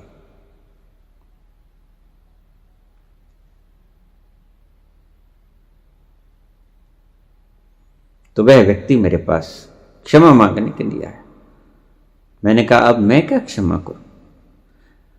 मैंने अगर तुम्हें दंड देना होता तो कल ही दे देता। मैंने कल ही तुम्हें क्षमा कर दिया। अब तो प्रकृति के तुम्हारे ही कंप्यूटर में वो चीज फीड हो गई, वो तुम्हें छोड़े, वो तुम्हें कुछ भी करे, वो दंडित करे, माफ करे, मेरे हाथ में नहीं, उसके हाथ में है। प्रकृति ने अपने इंस्ट्रूमेंट में वो तुम्हारा कर्म फीड कर लिया। मुझे नहीं पता वो क्या करेगी क्या नहीं करेगी, इसमें मैं कुछ नहीं कर सकता, इतना मैं जानता हूं। अगर तुम कर्म प्रकृति के ऊपर छोड़ देते हो, काम प्रकृति फिर भी करती है। अगर तुम काम प्रकृति के ऊपर नहीं छोड़ते, काम तो प्रकृति फिर भी करती है, लेकिन जब आप उसके कर्म के प्रतिकर्म में उलझ जाते हो तो वो आपके भीतर भी आपका प्रतिकर्म फीड होता है। किसी ने कोई रिएक्शन कर दिया, उसके कंप्यूटर में उसका रिएक्शन प्राकृतिक ढंग से खुद ही फीड हो गया। अगर आप नॉन रिएक्टिव रहोगे तो तुम्हारे कंप्यूटर में कोई चीज फीड नहीं होगी। आप करके देख लेना। अगर व्हाइट वॉल भी फेंकोगे, वो भी तुम्हारे फिर से यहां आने का कारण बन जाएगा। तुम मुक्त ना हुए। तुम किसी जगह पे जाते हो, वहां तुम्हें कोड़े मारे जाते हैं या खीर खिलाई जाती है, ये बात जुदा है, लेकिन तुम्हें जाना तो पड़ता है। आवागमन के चक्र से तुम मुक्त तो ना हुए। वहां जाकर तुम्हें कोड़े मारे जाएं या तुम्हें खीर खिलाई जाए, इससे कोई फर्क नहीं पड़ता, तुम्हें जाना तो पड़ता है। मुक्त ना हुए, बंधे रहे। इसीलिए बहुत से बुद्ध पुरुष हैं जो खुद को करुणावश बांध के रखते हैं। वो मजबूरी से, प्रकृति के सिद्धांतों के कारण नहीं बंधते, वो करुणावश बंधे रहते हैं। महात्मा बुद्ध अभी मुक्त नहीं हुए, जानकर मुक्त नहीं हुए। कुछ प्रकृति के कारण उन्हें गर्भ उपलब्ध नहीं हुआ, कुछ उनका खाता बही इतना थोड़ा है कि वो चाहते हैं कि मैं बना रहूं, मैं यहां आत्माओं को प्रेरित करता रहूं। ऐसा ना हो कि सभी नास्तिक हो जाएं, मतलब सभी दुखी हो जाएं। नास्तिकता का दूसरा अर्थ है दुख। ये भी कोई जीवन हुआ? खाया पिया नहाया धोया, बच्चे पैदा किए, शादी की, ब्याह किया, सारे कर्तव्य निभाए, दुकानदारी की और मर गए। भला ये कोई काम है? गौर से सोचना, ये क्या है? ये जीवन अगर इस तरह का है तो बकवास है, त्यागने योग्य है। आज बहुत से बड़े बड़े तथा कथित संत डाइटिशियन बन गए। वो तुम्हें ये समझाने के बजाय, ये रास्ता दिखाने के बजाय, ये प्रेरित करने के बजाय कि कैसे तुम तुम्हारे तक पहुंचो, तुम हो कौन ये पहचानो, रमन की तरह। जैसे रमन कहते थे, वो ये कहते हैं ये खाओ, ये पियो, अगर ये करोगे तो तुम बीमार नहीं होगे। भाई कौन बीमार? इसलिए तुम उसको शरीर ही मान लिया ना तुमने आदमी को। तुम आदमी को उसकी मूर्खता को दृढ़ कर रहे हो कि ये खाओ, तुम कभी बीमार नहीं हो। यानी तुमने ये मनवा ही लिया आदमी को कि तुम शरीर ही हो, ठीक? और तुम्हारा कर्तव्य खुद को जानना नहीं, खुद को स्वस्थ रखना है। लेकिन मैं ये नहीं कहता। मैं कहता हूं अगर तुम्हें ये पता चलता है कि तुम कौन हो तो शरीर स्वस्थ रहता है तो बहुत अच्छा, अगर नहीं भी स्वस्थ रहता है तो कोई बात नहीं, अस्वस्थ रहने दो। कोशिश करो स्वस्थ रहो। नहीं स्वस्थ रहते तो कोई बात नहीं, अस्वस्थ शरीर से ही काम चला लो, लेकिन इतना पता चला लो कि अस्वस्थ शरीर या स्वस्थ शरीर में नहीं। तुम वो हो जो स्वस्थ ही रहते हो, जो अस्वस्थ कभी होते ही नहीं। लेकिन आज संतों ने व्यापार करने शुरू करती हैं ईश्वर के नाम से। बड़े बड़े आयोजन होते हैं,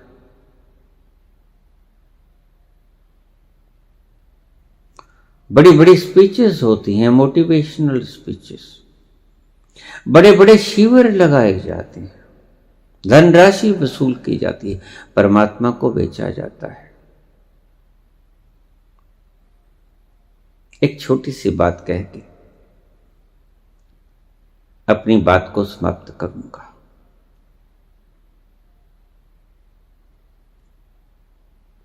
गीतेश कुमार का जवाब मेरी दृष्टि से पूरा हो गया है कि तुम अगर उस अनकॉन्शियस कॉस्मिक अनकॉन्शियस में पहुंच जाते हो तो तुम पीछे क्या घटा ये सब जान सकते हो, आगे क्या घटेगा ये भी सब जान सकते हो उस तल पर पहुंचकर। और उस तल पर पहुंचोगे कैसे, आप अच्छी तरह से समझ लेना। ये 1-2 मिनट आपको थोड़ा सा कंसंट्रेशन से सुनना पड़ेगा।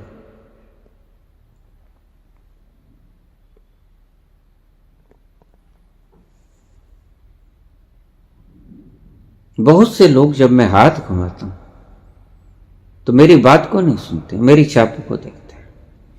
मैं बठिंडा जा रहा था, माता बीमार थी, मेरे यहां पर झोला टांगा हुआ था, खड़ा रहना पड़ा क्योंकि बसें ऐसी हैं, थोड़ी हैं, सवारियां ज्यादा होती हैं। तो हम ऊपर उनको पकड़ के हैंडल्स को खड़े थे, भीड़ बड़ी थी, एक पांव पे खड़ा रहना पड़ता था, पहले से ही तंग थे। आगे खड़ा एक आदमी, उसने जब देखा ये छापे तो उसने मुझे कहा, खड़का बहुत था क्योंकि ऐसी ही बसें होती हैं, सब फटका मार, तो खूब शोर हो रहा था। मुझे कहने लगा, भाई साहब, सरदार जी, ये क्या है। उस वक्त मैं, आज थोड़ा कम पागल हूं, उस वक्त थोड़ा सा ज्यादा हुआ करता था। प्रत्येक, आप देख लेना, यहां आके पूछ लेना किसी से, मेरे एक एक उंगली में 2-2, 3-3 छापें होती थी। थोड़ा सा पागलपन ज्यादा हुआ करता था, आजकल कुछ घटा है।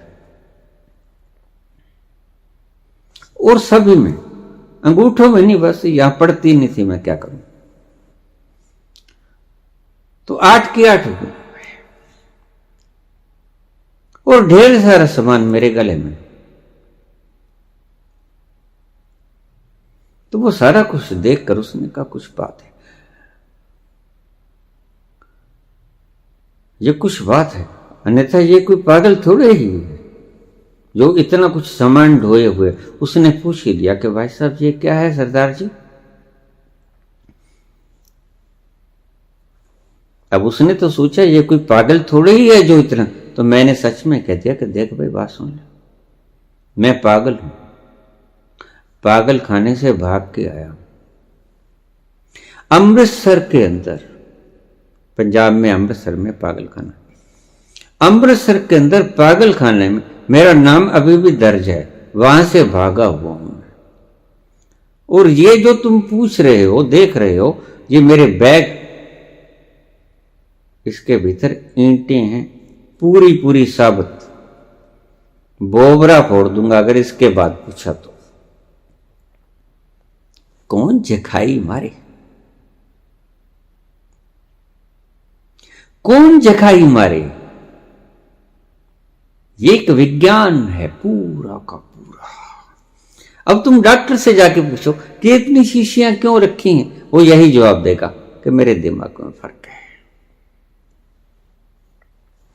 डॉक्टर की दुकान पे जाओ, अगर आप पूछो कि ये इतनी दवाइयां, इतनी शीशियां क्यों रखी हैं डॉक्टर साहब, वो यही कहेगा कि मेरे कुछ फर्क है दिमाग में। चलो हम अपनी बात सही जगह पे लेके आते हैं।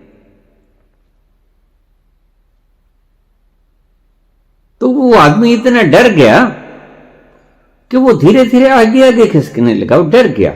उसने कहा ये तो सच में पागल है। मैं तो सोच ही रहा था कि कहीं ये पागल तो नहीं है, लेकिन ये तो पागल ही निकला।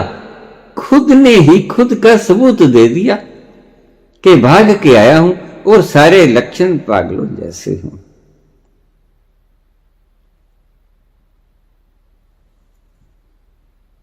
वो धीरे धीरे एक एक आदमी को पीछे खिसकाता खिसकाता बिल्कुल आगे हो लिया। जैसे ही स्टेशन बठिंडा का आया वो कूद गया, फिर मुझको दिखाई नहीं पड़ा।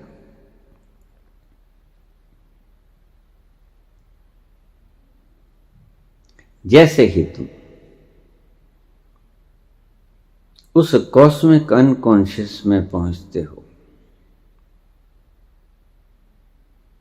वैसे ही तुम्हारी चेतना ऐसे तल पे पहुंच जाती है, ऐसे जैसे कि तुम किसी सुराख से, कोई दरवाजा है उसके भीतर सुराख है, और उस सुराख के भीतर से तुम कमरे के अंदर की या बाहर की चीज देख सकते हो कि क्या है अंदर क्या है बाहर।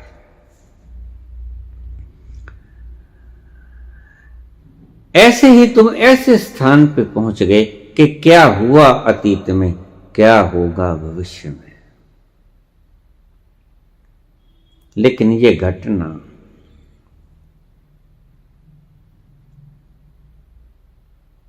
आप वहां पहुंचकर ऐसे कामों में तल्लीन ना हो जाना। अगर गलती से या ईश्वर की कृपा से अगर आप वहां पहुंच गए तो आप इन बातों में मत उलझ जाना। कोई आपसे पूछेगा कि यह हाथ ही देख लो, मेरा क्या बनेगा, मेरा रिजल्ट आने वाला है 2 घंटे बाद, क्या रिजल्ट आएगा। तुमसे कह देना भाई 2 घंटे बाद पूछ लेना, अभी क्या तुम्हें जल्दी है, 2 घंटे और इंतजार कर लो। अगर कोई पूछे कि भविष्य में क्या घटेगा, उसे यही कहना कि जो घटेगा वो ही घटेगा, जो उसे मंजूर होगा वो घट जाएगा। काहे सरदर्दी मोल लेते हो, छोड़। अगर कोई कहे कि कृपा कर दो, इस योग्य तुम हो जाओगे, तुम्हारा आशीष लगना शुरू हो जाएगा। आशीष तो तुम्हारा विशुद्धि चक्र पे ही लगना शुरू हो जाएगा। जो तुम बोल दोगे सत्य हो जाएगा। जैसे ही तुम विशुद्धि चक्र पे पहुंच जाओगे, जो तुम बोलोगे सत्य हो जाएगा। और जैसे ही तुम तीसरे नेत्र पे पहुंच जाओगे, तुम देख सकोगे सब कुछ, क्या घटा क्या घटने वाला है। और जैसे ही तुम सहस्रार में पहुंच जाओगे तो फिर तुम बेसुध हो जाओगे। फिर शिव शक्ति का मिलान हो गया, फिर राधा कृष्ण का मिलान हो गया। ये राधे राधे कहने से कुछ नहीं होगा। मत खुद को वक्त जाया करो। और ये लाखों लोग जो आपको सुन रहे हैं, आपकी तरफ कुछ अपेक्षा लेके आए हैं, इनको गलत ज्ञान मत दो। अपने भीतर झांक के देख लो। फरीद ने कहा था, फरीदा जे तू अकल लतीफ हैं, काले लिख ना लेख। तुमने खुद जाना नहीं, शिव शक्ति का मिलान तुम्हारे भीतर हुआ नहीं, और ये लाखों भेड़ों को तुम बैठाए हुए हो। तुम्हारा मकसद क्या है मैं जानता हूं, लेकिन तुम भूले हो कि प्रचुर मात्रा में तुमने कमा लिया है तो एक तरफ हो जाओ।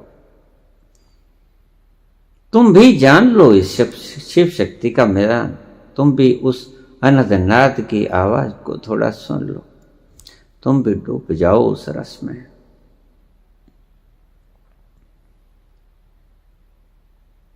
तुम भी उस अमृत का पान कर लो, तुम भी बेसुध हो जाओ गोपियों की तरह।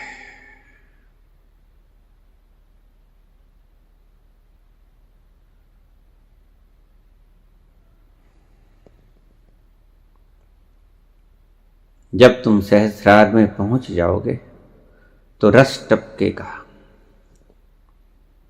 लोग खेचरी मुद्रा लगा लेते हैं, जीभ को ऊपर कर देते हैं, वो कां के साथ बढ़ा देते हैं। जैसे ही तुम सहस्रार में पहुंचोगे अमृत टपकेगा। कबीर कहते हैं भक्तों अमृत बरस रहा है। भक्त कहते हैं कहां बरस रहा है? ऐसे नहीं बरस रहा है। जैसे ही शिव शक्ति का मिलान होगा तुम्हारे सहस्रार में, ऊपर से बूंद टपकेगी और वो खुद ही तुम्हारे भीतर टपक जाएगी, तुम्हारे खून में मिल जाएगी। तुम्हें फिक्र करने की आवश्यकता नहीं, तुमने खेचरी मुद्रा लगाने की आवश्यकता नहीं है कि तुम ही उसे पियोगे तो ही वो जज़ब होगी। नहीं, वो खुद ही जज़ब हो जाएगी। तुम्हें खेचरी मुद्रा लगाने की जरूरत नहीं है। तुम मूल बंध लगाते हो, जलंधर बंध लगाते हो, मूर्खता है। जैसे ही कुंडलिनी जागृत होगी ये सभी बंध अपने आप लग जाएंगे। प्रकृति ने इसका व्यवधान कर दिया है। वही तो मैं कहता हूं कि तुम सारी प्रकृति के कामों में हस्तक्षेप करते हो, मानते नहीं। तुम जरूर ही गड़बड़ पैदा करना चाहते हो। कल को हार्ट के काम में तुम गड़बड़ पैदा करोगे। ये 72 की स्पीड से चलता है, तुम कहोगे नहीं हम तो 110 पे लेके जाएंगे, हम तो 40 पे लेके जाएंगे। ये कोई मजाक थोड़ी है। ये बंद वगैरह मत लगाओ, ना मूल बंद, ना जलंधर बांध, ना उड्डयन बंद, कुछ मत लगाओ। मैंने सब लगा लगा के छोड़े हुए।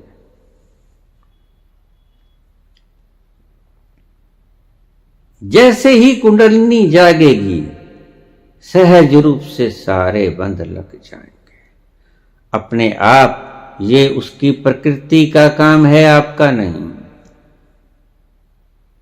तुमने कुछ नहीं करना है, तुमने सिर्फ क्रिया योग करना है। बच्चों को कराओ, मेधा शक्ति प्रबल होगी, वो आईएएस ऑफिसर्स बनेंगे, आईपीएस करेंगे, कंपटीशन लड़ेंगे, यूपीएससी कंपटीशन लड़ेंगे।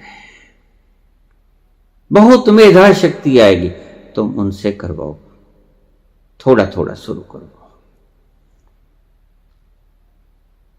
तुम्हें काम का लोड है ऑफिस में तो सुबह 150 बार ये क्रिया योग करके जाओ। शाम को विश्राम करने के लिए 150 बार कर लो। आप देखोगे कि आपकी जिंदगी, जैसे पंजाबी में हम कहते हैं कि दिन तियां वांगू गुजरते हैं, यानी कि दिन जो है वो खुशहाली में, मदहोशी में गुजरने शुरू हो जाएंगे। जरा करके देखो। कोई बहुत लंबी चौड़ी बात मैंने नहीं बताई है, बहुत भारी युद्ध करने को नहीं मैं कह रहा हूं, सिर्फ श्वास ही तो लेना है।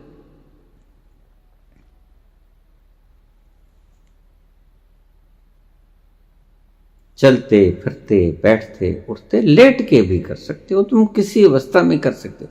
तुम हॉस्पिटल में भी पड़े हो तो भी कोई बात नहीं, अगर वहां का वातावरण शुद्ध है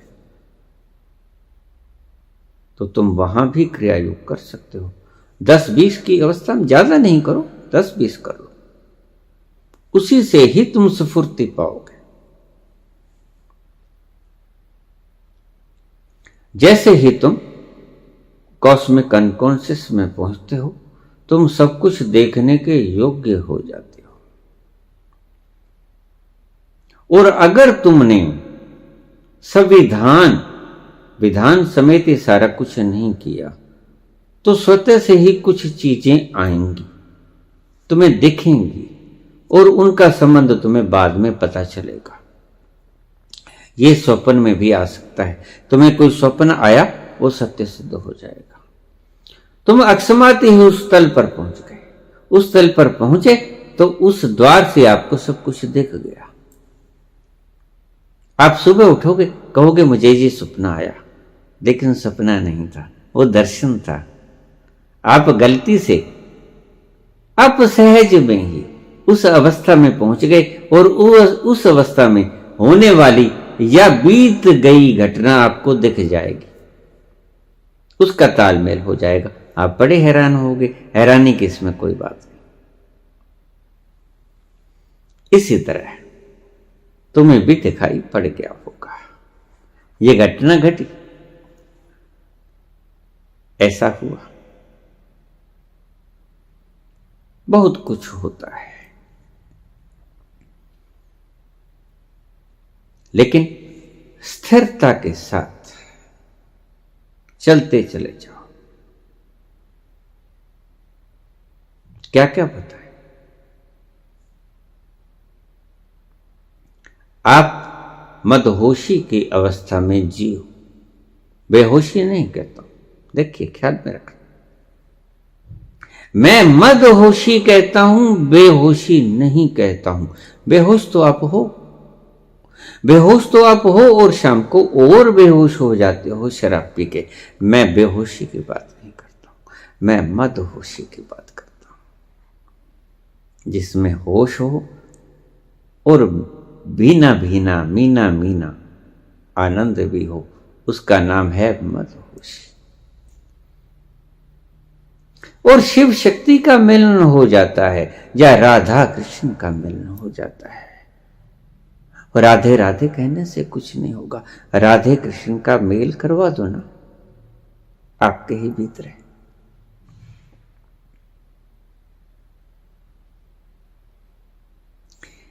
इस राधे कृष्ण का मेल करवा दो,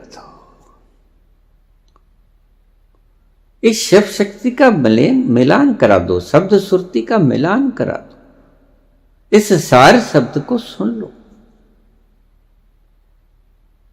ये गूंज रहा है, निरंतर गूंज रहा है। हाथ कंगन को आरसी का आपके भीतर अब भी गूंज रहा होगा।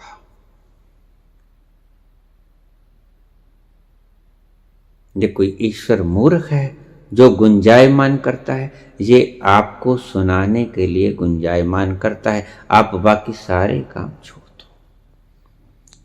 ईश्वर ने ये इसीलिए चलाया है कि आप अपने सारे काम, आप जरा समझना,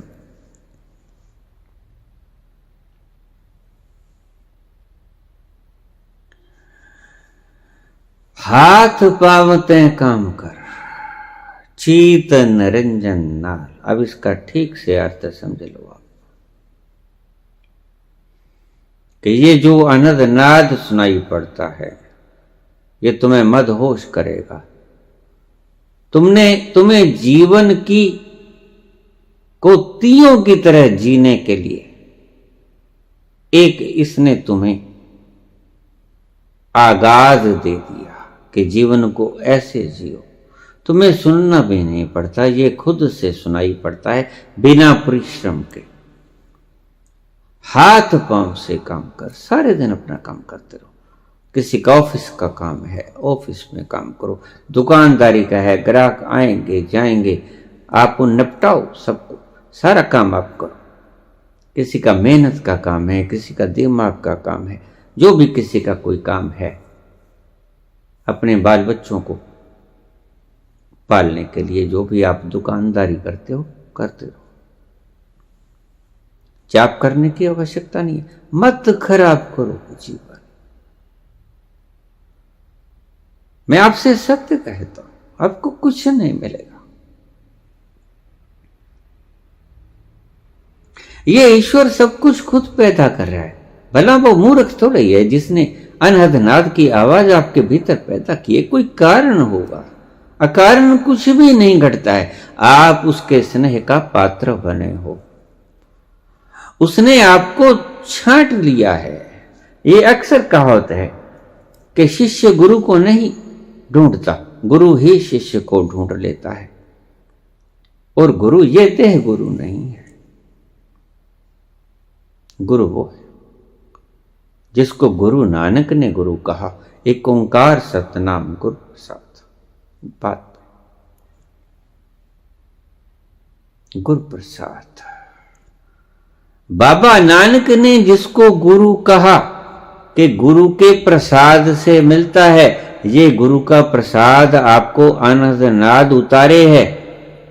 इसको पियो, इसको खाओ, इस प्रसाद को। ये गुरु ने प्रसाद आपको दे दिया है। अब और कुछ ना करो और सब व्यर्थ है।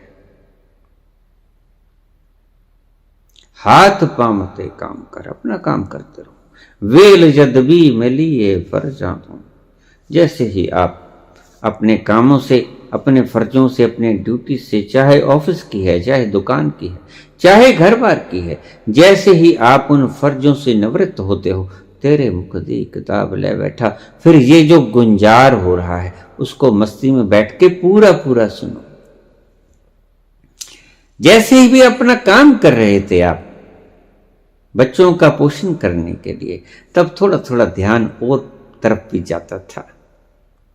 ये ठीक तरह से पूरा पूरा आप सुन नहीं सकते थे, लेकिन जैसे ही आप वेल जद भी मिलिए फर्जा तुम, अपने फर्जों से जैसे आपको फुर्सत मिल जाए, तेरे मुख दी किताब ले बैठा। इस गुंजार को सुनना शुरू कर दो और तुम धन्यभागी हो अगर तुम्हारे भीतर ये गुंजार शुरू हो गया है। अगर शुरू हो गया है तो क्रिया योग करना शुरू कर दो अपनी कैपेसिटी के अनुसार। ये गूंजना ज्यादा शुरू होगा, बड़ा लुत्फ आएगा, बड़ा रसीला है और आगे आगे ज्यादा रसीला बनेगा। आपकी धुन जमेगी इसके भीतर। कोई लकड़ियों के आगे धुने रमाने से धुन नहीं रमती है, धुन आपके भीतर चल रही है। उस धुनी में नहीं, इस धुनी में जो भीतर चल रही है, इस धुनी में धुन रमाना है।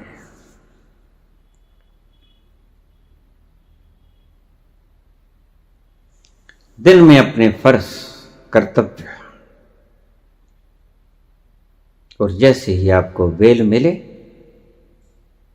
आपको समय मिले, फुर्सत के क्षणों में आओ, तेरे मुख दी किताब ले बैठा। उसी आवाज को आप सुनना शुरू कर दो।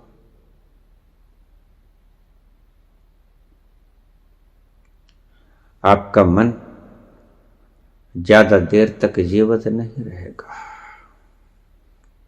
आपको तंग नहीं करेगा मन, क्योंकि आपकी एनर्जी मन से हटकर उस नाद पे जानी शुरू हो गई। और मन दो जगह पे शक्ति नहीं दिया करता। नाद पे शक्ति दे दो, नाद को सुन लो, मन विचार नहीं करेगा। मन के विचार समाप्त करने का सर्वोत्तम उपाय है। अगर तुम्हें ये ध्वनि सुनाई पड़नी शुरू हो गई है, और मेरी दृष्टि में बहुत से लोगों को ये ध्वनि सुनती है, डॉक्टर्स लोग इसे कोई बीमारी कह देते हैं कान की, और मेरे पास खुद डॉक्टर्स आ जाते हैं जिनके कानों में ये आवाज, वो कहते हैं हम दवाई ले लेके थक गए, हमारी ये आवाज ठीक नहीं हुई, ये क्या है। फिर उनसे मैं कहता हूं कि दवाई बंद कर दो, इसे सुनना शुरू कर दो, ये ईश्वर की कृपा उतर गई आप पर। तो ये कोई बीमारी नहीं है, हां, लेकिन इस तरह की बीमारी होती है, आप पहले चेक करवा लो।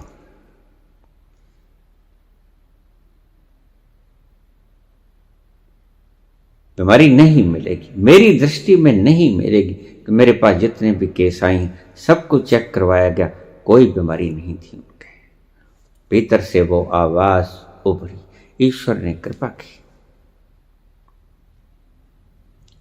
दवाई वगैरह के ऊपर विश्वास मत करना, एक बार मेडिकली चेकअप करा लेना अगर आपको ज्यादा तकलीफ है, लेकिन मेरी दृष्टि में ये होती नहीं है आमतौर से। आप इसको सुनाई देना, आप विचारों को दूर हटाने की कोशिश मत करो, आप चैनल बदल लो। बढ़िया चैनल आपको मिल गया है, ये झिंगुर की आवाज, मन के विचार समाप्त, क्योंकि मन दो तरफ नहीं चलता। झिंगू की आवाज पैदा होती है और जैसे ही कभी कभी ये बंद हो जाएगी, तैसे ही कोई बात नहीं, खुद फिर शुरू हो जाएगी। एक बार शुरू होने की ही देरी है, फिर तो ये शुरू ही रहेगी। अगर कभी बंद होती है तो हो जाने दो, फिर ये शुरू हो जाएगी। तो अब दिन में सब काम धाम करो।